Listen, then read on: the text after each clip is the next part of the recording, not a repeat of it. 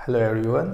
आज के इस लेक्चर में हम लोग डिस्कस करते हैं डॉट प्रोडक्ट ऑफ वेक्टर क्या होता है, हम लोग कैसे डॉट प्रोडक्ट फाइंड आउट करते हैं, इसके प्रॉपर्टीज़ क्या क्या है और किस तरह के क्वेश्चंस इस पे बन सकते हैं। ठीक है, तो चलिए शुरू करते हैं डॉट प्रोडक्ट। देखिए, अगर हम लोगों के पास दो वेक्टर है, एक वेक्टर ये है ए वेक्टर, दूसरा वेक्टर कुछ इस तरह से है बी वेक्टर। ठीक है, तो डॉट प्रोडक्ट का मतलब क्या होता है कि अगर हम लोग बी का प्रोजेक्शन ए पे ले, मतलब बी से परपेंडिकुलर लाइन गिराए, ठीक है, तो बी का एक कंपोनेंट ए की तरफ है, राइट। ये क्या होगा बताइए, तो ये अगर थीटा है तो ये हम लोगों का होता है बी कॉस थीटा, और एक कंपोनेंट क्या होगा, ऐसे होगा। जरूर से आपको पता होगा कि अगर ये मान लो कोई वेक्टर पी है तो इसे दो कंपोनेंट में बांट सकते हैं, दो रेक्टेंगुलर कंपोनेंट में बांट सकते हैं। तो ये थीटा के साथ वाला होता है पी कॉस थीटा और थीटा के बगैर वाला होता है पी साइन थीटा।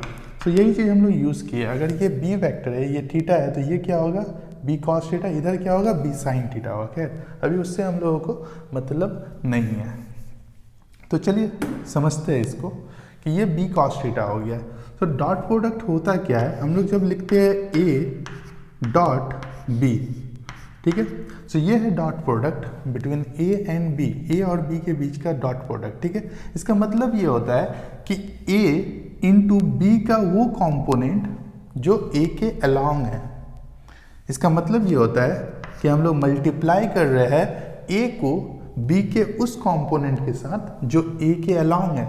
तो ये हो जाएगा mod A mod B cos theta.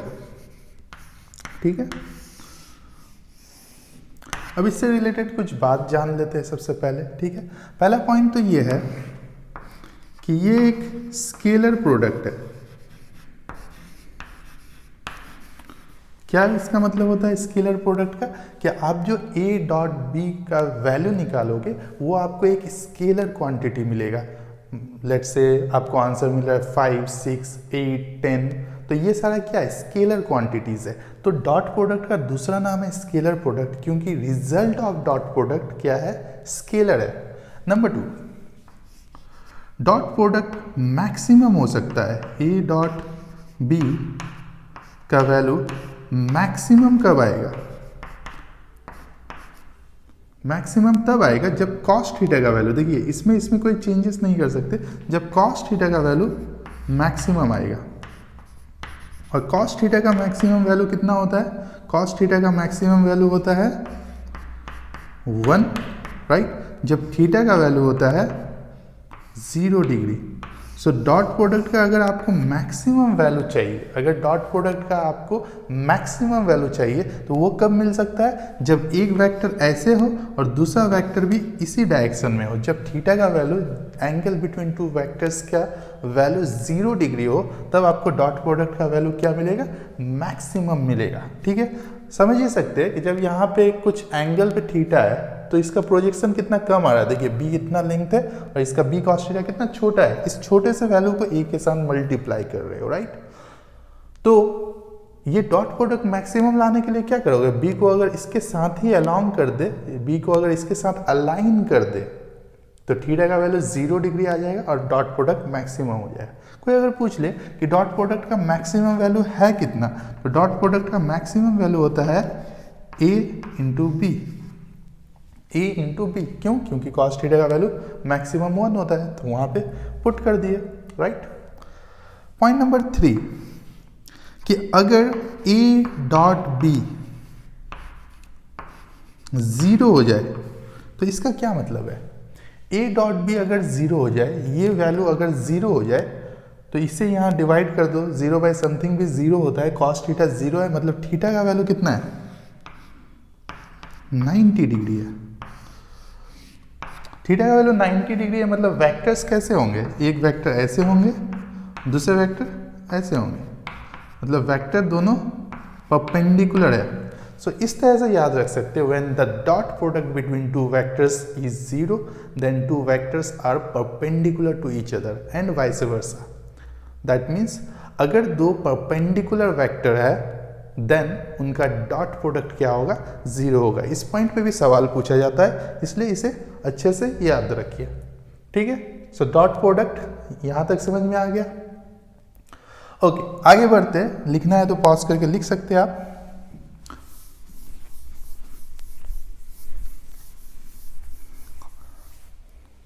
सो हम लोग डिस्कस कर रहे थे कि A dot B equal to क्या होता है, mod A mod B cos theta, या simply A B cos theta, जहाँ पे थीटा क्या है, एंगल बिटवीन टू वेक्टर्स है। इससे प्रीवियस लेक्चर में मैंने ऑलरेडी आपको सिखाया कि एंगल बिटवीन टू वेक्टर्स हम लोग लेते कैसे हैं, ठीक है। एग्जैक्ट वे क्या है ये सिखाया। अगर आपने वो वीडियो नहीं देखा है तो आप प्लेलिस्ट में जाके देख सकते हो, ठीक है।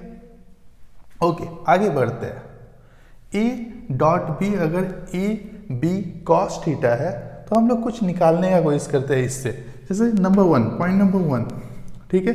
हम लोगों के पास यूनिट वेक्टर है ना, आई जे और के। ये आई है, ये जे है, ये अगर एक्स एक्सिस है, ये वाई एक्सिस है और ये जेड एक्सिस है। तो इसके अलोंग का यूनिट वेक्टर होता है आई कैप, इसके अलोंग का यूनिट वेक्टर होता है जे कैप और इसके अलोंग का यूनिट वेक्टर होता है के कैप, ठीक है। सो अगर हम लोग आई डॉट आई निकालने का कोशिश करें तो ये फॉर्मूला में फिट करके देखते हैं क्या मिलता है, ठीक है। सो ये मिलेगा mod I cos theta is the angle between to vector. यहाँ दोनों वेक्टर आई कैप ही है, मतलब दोनों का डायरेक्शन एक्स के अलोंग ही है, मतलब दोनों वेक्टर के बीच का एंगल कितना है, 0 डिग्री या कॉस 0। अब देखिए मॉड आई कितना होता है, यूनिट वेक्टर का डेफिनेशन ही है a vector which has magnitude unity, right. So mod आई कितना होगा 1, अगेन मॉड आई कितना होगा 1 इंटू कॉस 0 कितना होता है 1। सो 1 इंटू 1 इंटू 1 ये हो जाएगा 1। सो इस तरह से हम लोग समझ सकते हैं कि आई डॉट आई क्या होता है 0 होता है, सॉरी आई डॉट आई क्या होता है 1 होता है। उसी तरह से जे डॉट जे कितना होगा 1 होगा, के डॉट के कितना होगा 1 होगा। सो ये 3 पॉइंट याद रखिएगा। एक को मैंने एक्सप्लेन किया, तीनों इसी तरह से एक्सप्लेन किया जा सकता है। तो ये 3 पॉइंट आपको याद रखने हैं, ठीक है। पॉइंट नंबर 2, अगर हम लोग आई को जे के साथ डॉट करें तो अगेन फॉर्मूला में पुट करेंगे मॉड आई मॉड जे कॉस। इस बार देखिए आई अलोंग एक्स है और जे अलोंग वाई है। सो एक्स और वाई के बीच का एंगल कितना है 90 डिग्री। सो यहाँ पे कॉस 90 पुट कर देंगे। मॉड आई 1 मॉड जे 1 कॉस 90 0, ये हो जाएगा 0। इसका मतलब सिंपल है कि आई को अदर किसी यूनिट वेक्टर के साथ आप अगर डॉट प्रोडक्ट करोगे तो इसका आंसर क्या आ जाएगा 0। जैसे कि जे डॉट के अगर करोगे तो वो भी 0, के डॉट आई अगर करोगे तो वो भी 0, ठीक है। पॉइंट नंबर 3,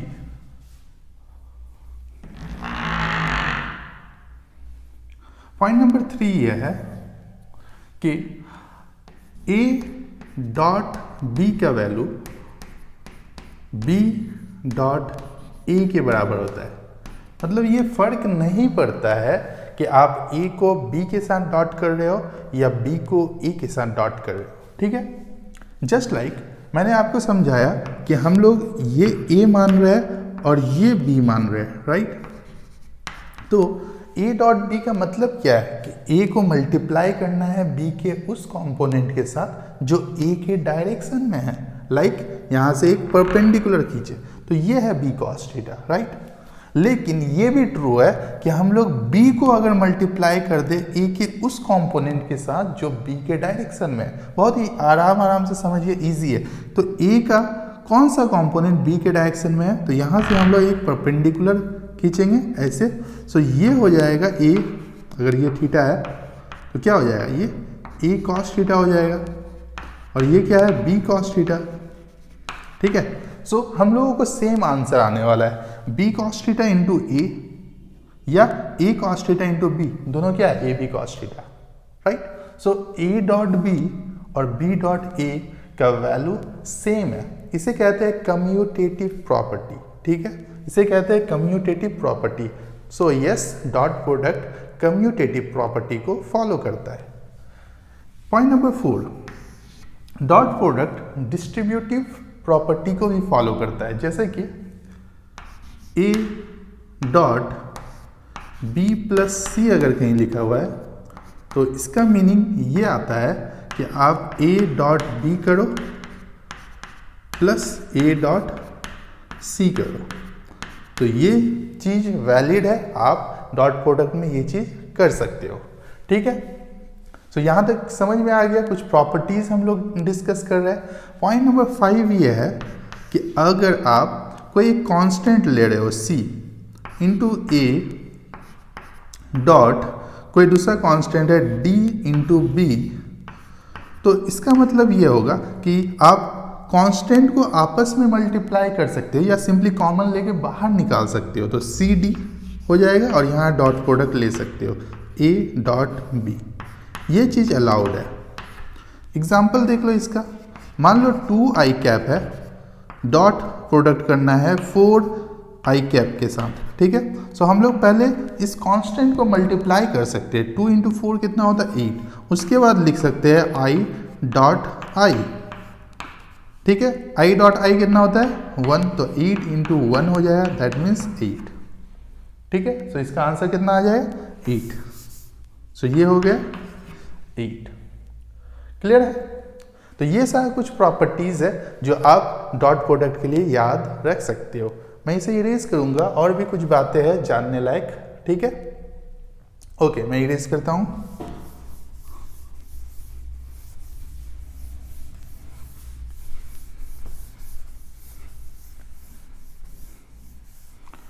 ओके, अब कुछ एप्लीकेशंस देखते हैं। डॉट प्रोडक्ट से हम लोग क्या क्या पा सकते हैं। ठीक है, एप्लीकेशन नंबर 1 बहुत ही इंपॉर्टेंट है कि अगर ए वेक्टर बी के परपेंडिकुलर है, अगर ए वेक्टर और बी वेक्टर आपस में म्यूचुअली परपेंडिकुलर है, तो इसका एक मतलब यह है कि ए डॉट बी 0 होगा। ये बहुत ही इंपॉर्टेंट कंडीशन है। ठीक है, जब थीटा का वैल्यू, थीटा क्या है, एंगल बिटवीन 2 वेक्टर्स है, वो 90 डिग्री होगा तो a डॉट बी 0 होगा, dot product between 2 vectors will be 0। ठीक है, पॉइंट नंबर 2 कि हम लोग डॉट प्रोडक्ट निकालेंगे कैसे, तो इसका मैं एक आसान सा तरीका आप लोगों को दे देता हूँ। ठीक है, जैसे कि 2 वेक्टर हम लोग लिखते हैं कुछ इस तरह से, ए वेक्टर और इस तरह से बी वेक्टर। ठीक है, ए वेक्टर है ए एक्स आई कैप प्लस ए वाई जे कैप प्लस ए जेड के कैप, और बी वेक्टर है बी एक्स आई कैप प्लस बी वाई जे कैप प्लस बी जेड के कैप। सो अगर हम लोग ए डॉट बी निकालने चले हैं, ठीक है, तो ऑब्वियसली एक तो ट्रेडिशनल मेथड है, यहाँ पे आप ए लिखोगे फर्स्ट ब्रैकेट में, सेकंड ब्रैकेट में बी लिखोगे, बीच में डॉट लिखोगे, पहले टर्म से तीनों को मल्टीप्लाई करोगे, दूसरे टर्म से तीनों को मल्टीप्लाई करोगे, तीसरे टर्म से तीनों को मल्टीप्लाई करोगे, सभी को ऐड करोगे या सब्ट्रैक्ट करोगे साइन को देखते हुए, और फाइनली आपका आंसर आ जाएगा। सो वो मेथड से ही हम लोग एक नया चीज़ लेके आए, क्योंकि हम लोगों को पता है कि सेम यूनिट वेक्टर का डॉट प्रोडक्ट 1 होता है और अलग अलग यूनिट वेक्टर का आई और जे हुआ, जे और के हुआ, ये सब का डॉट प्रोडक्ट 0 होता है। तो हम लोगों को समझ में आ रहा है कि हम लोगों को आई को जस्ट आई से मल्टीप्लाई करेंगे या डॉट प्रोडक्ट लेंगे तभी ये 1 होगा, बाकी आई को जे से करे या आई को के से करे तो ये टर्म 0 आने वाला है। उसी तरह से जे को जब जे से करेंगे डॉट प्रोडक्ट तभी ये 1 आएगा, जब जे को आई से करेंगे या के से करेंगे तो ये 0 आएगा। उसी तरह से के को जब के से करेंगे डॉट प्रोडक्ट तभी ये 1 आएगा, अदरवाइज के को जब आई से करेंगे या के को जे से जब डॉट प्रोडक्ट करेंगे तो वो 0 आएगा। इसका मतलब ए डॉट बी के लिए हम लोग डायरेक्ट लिखेंगे ए एक्स बी एक्स प्लस ए वाई बी वाई प्लस ए जेड बी जेड, कुछ इस तरह से आप direct dot product find out कर सकते हो। ठीक है, इसका एक एग्जांपल दे दूं। ओके, एग्जांपल मान लो ये दो वेक्टर का डॉट प्रोडक्ट लेना है, बीच में डॉट है। ठीक है, सो ये है I cap minus 3j cap plus k cap, और ये है minus 2i cap plus 4j cap minus k cap. ठीक है, सो अगर ये रूल को फॉलो करो, ठीक है, सो ax क्या है, पहले वेक्टर का i के साथ वाला कोएफिशिएंट, तो ये कितना होगा देखो। सो i के बगल में क्या है 1 इंटू यहाँ पे i के बगल में क्या है, ये b है ना, b वेक्टर है, तो bx क्या है i के बगल वाला, तो ये -2 है, प्लस का साइन देना है। ठीक है, ये क्या है -3 और यहाँ पे क्या है +4, फिर प्लस का साइन देना है, यहाँ पे क्या है 1 और यहाँ पे क्या है -1।